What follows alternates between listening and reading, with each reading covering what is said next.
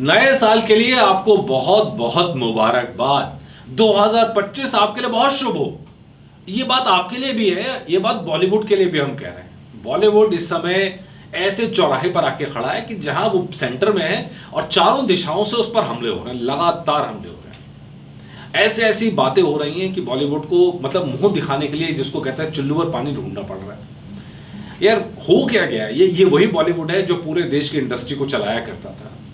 एक तो सबसे बड़ी गलती मुझे लग रहा है कि बॉलीवुड बन के की है।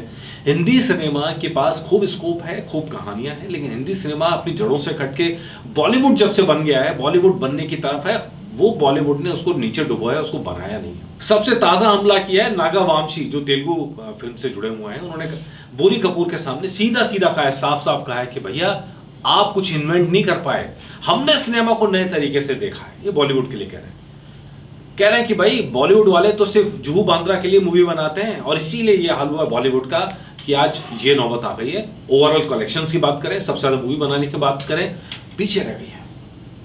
यार बात इस पे कंट्रोवर्सी बहुत हुई है, बहुत हो रही है। मतलब संजय गुप्ता ने कहा है कि भैया ये वो 2-4 फिल्में हिट देके बॉलीवुड के बाप नहीं बन जाते। मतलब इस तरह इस लाइन की कंट्रोवर्सी चल रही है, दोनों साइड से कंट्रोवर्सी चल रही है। और साल जाते जाते बहुत बड़ा मुद्दा खड़ा हो गया बॉलीवुड वर्सेस साउथ का।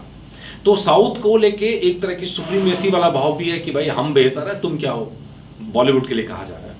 यार कुछ हद तक बात सही है, लेकिन अगर आप मतलब मैं अपनी राय रखूं क्यों ऐसा हो रहा है, तो मेरे हिसाब से 4 बड़ी वजह हैं जिसकी वजह से बॉलीवुड लगातार पीछे रह रहा है। Number 1, costing. अभी मैं आर्टिकल पढ़ रहा था, साउथ के अंदर आर्टिकल चल रहे हैं कि यार ऐसा क्यों हो रहा है। रश्मिका मंदाना को बना साउथ रहा है, हम मतलब उनके डिस्कशन चल रहा है, हम बना रहे हैं और वो जाके बॉलीवुड में काम करती हैं।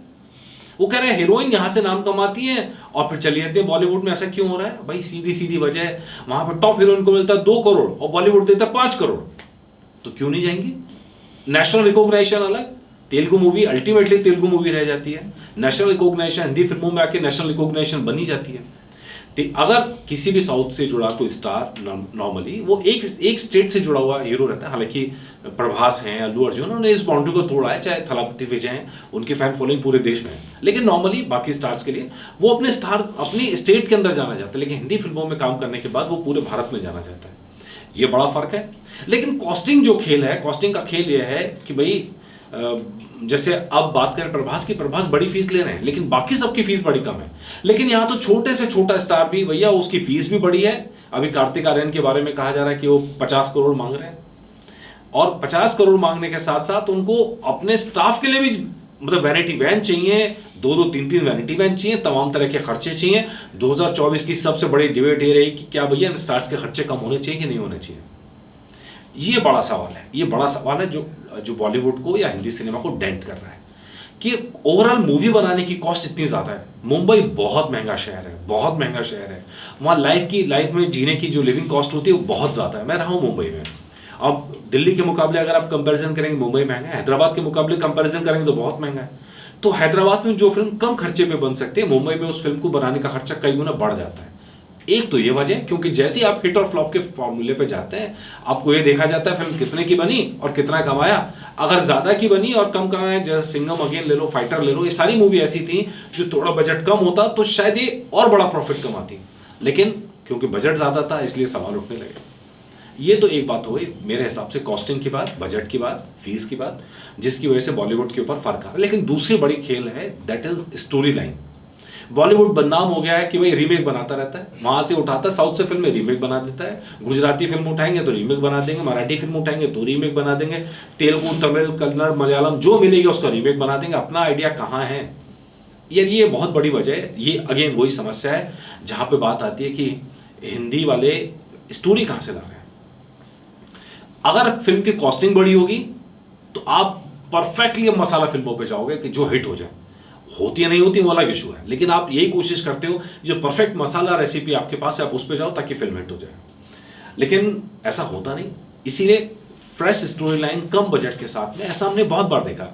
चाहे आप 12th फेल को आप देख लीजिए, ये इवन हनुमान फिल्म साउथ से आई थी। हनुमान फिल्म को छोटे बजट पे फिल्म बनाई, प्रॉफिट कमाया, हिट का तमगा मिल गया, चर्चे हो गए, अच्छी फिल्म चल जाती है। ऐसा हमने कई सारी फिल्मों के साथ होते हुए देखा है। तो पहला तो ये बॉलीवुड को सोचना चाहिए कि भैया क्या इतने बड़े बजट पे फिल्म बनाई जाए, कितना बजट रखा जाए। एक्शन मूवीज़ की कॉस्ट ज़्यादा होती है डेफिनेटली, तो कितना कॉस्ट रखा जाए इस पे देखना पड़ेगा। अब पुष्पा 2 की कॉस्टिंग की बहुत बड़ी वजह तो खुद अल्लू अर्जुन की फीस थी, लेकिन उसके बाद भी वो पैसा कमाने में कामयाब रह गए। ये मेरे हिसाब से तीसरी वजह है, दैट्स पब्लिसिटी का तरीका। मतलब साउथ के लोग नए तरीकों को आजमा रहे हैं, नए तरीके से पब्लिसिटी कर रहे हैं। वो जाके बुर्ज खलीफा के ऊपर जाके प्रमोशन नहीं कर रहे हैं, उनको जरूरत नहीं है। उनके पास अलग तरीके हैं। एक पोस्टर भी आता है तो उसका हाइप बनाया जाता है पहले, 3 दिन में पोस्टर, 2 घंटे में पोस्टर, 1 घंटे बाद पोस्टर डिले हो गया, आधे घंटे बाद पोस्टर। मतलब वो जो हाइप क्रिएट करते हैं वो हाइप लगातार बढ़ती जाती है और कहीं ना कहीं उससे फिल्म को फायदा होता है। साउथ से आए डायरेक्टर संदीप रेड्डी बंगा, उन्होंने एनिमल के साथ ऐसा किया, एक एक पोस्टर का हाइप क्रिएट किया, इमोशन था, वो एक्शन था, जो भी था, फिल्म चली इसी बदौलत। जवान फिल्म के साथ हमने देखा, उनका अपना डायरेक्शन का स्टाइल देखा। तो भाई बॉलीवुड को डेफिनेटली साउथ से कुछ सीखना तो चाहिए। हालांकि इसके बाद ये आप कह दें कि हिंदी सिनेमा के पास कुछ नहीं है देने के लिए या कुछ ऐसा नहीं है कि साउथ में कॉपी किया जाए, तो ये बिल्कुल गलत है। हिंदी सिनेमा के पास अब भी देने के लिए बहुत कुछ है। अच्छे डायरेक्टर्स हैं, अच्छे एक्टर्स हैं, अच्छे प्रोड्यूसर्स हैं, और मुझे लगता है कि कहीं ना कहीं एक जो हमारे एस्टैब्लिश स्टार्स हैं उनके पास, उनके कंधों में इतनी जान अब भी है कि वो हिंदी सिनेमा को खींच के आगे ले जाए। ठीक है जी।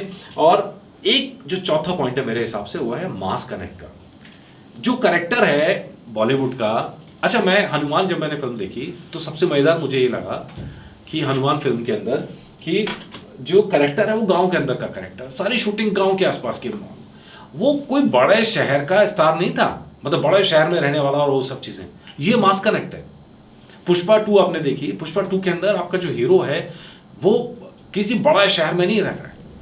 अच्छा, बॉलीवुड के साथ प्रॉब्लम यह है कि उसका गरीब, बेरोजगार और भूखमरी से पीड़ित भी अच्छी शर्ट पहनेगा बड़ा स्टाइलिश फैशन के अंदर, वो मास कनेक्ट ही नहीं हो पाता यार वहां पे।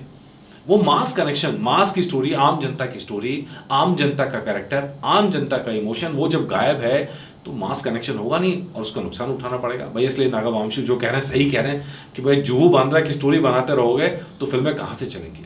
कुछ नया कंटेंट ट्राई करो, कम बजट में ट्राई करो, अच्छे से पब्लिसिटी करो, तो डेफिनेटली हिंदी फिल्में किसी से पीछे नहीं है।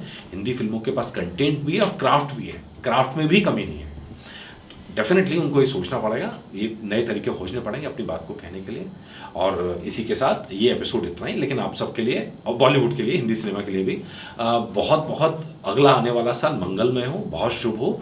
2024 में बहुत कमी रह गई, 2025 में वो कमी पूरी की जाए, 2025 के अंदर और अच्छे से फिल्में लाई जाएं, 2026 की तैयारी की जाए। मतलब मेरा एक सिंपल कहना है कि नए कंटेंट के ऊपर नए तरीके से प्रमोशन करके जब आप आगे बढ़ेंगे तो नए तरीके के रिजल्ट्स भी मिलेंगे। आप उसी लीग पे पीटते रहेंगे तो रिजल्ट भी आपको वही मिलते रहेंगे। तो खैर, आप सबके लिए नया साल बहुत बहुत मंगलमय हो, नया साल बहुत बहुत मुबारक हो।